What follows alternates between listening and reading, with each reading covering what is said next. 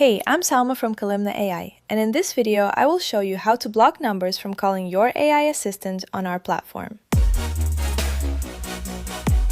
Sometimes people struggle with spam calls or even bots calling your AI voice agent. To prevent this from happening, we added the blacklist feature to our platform.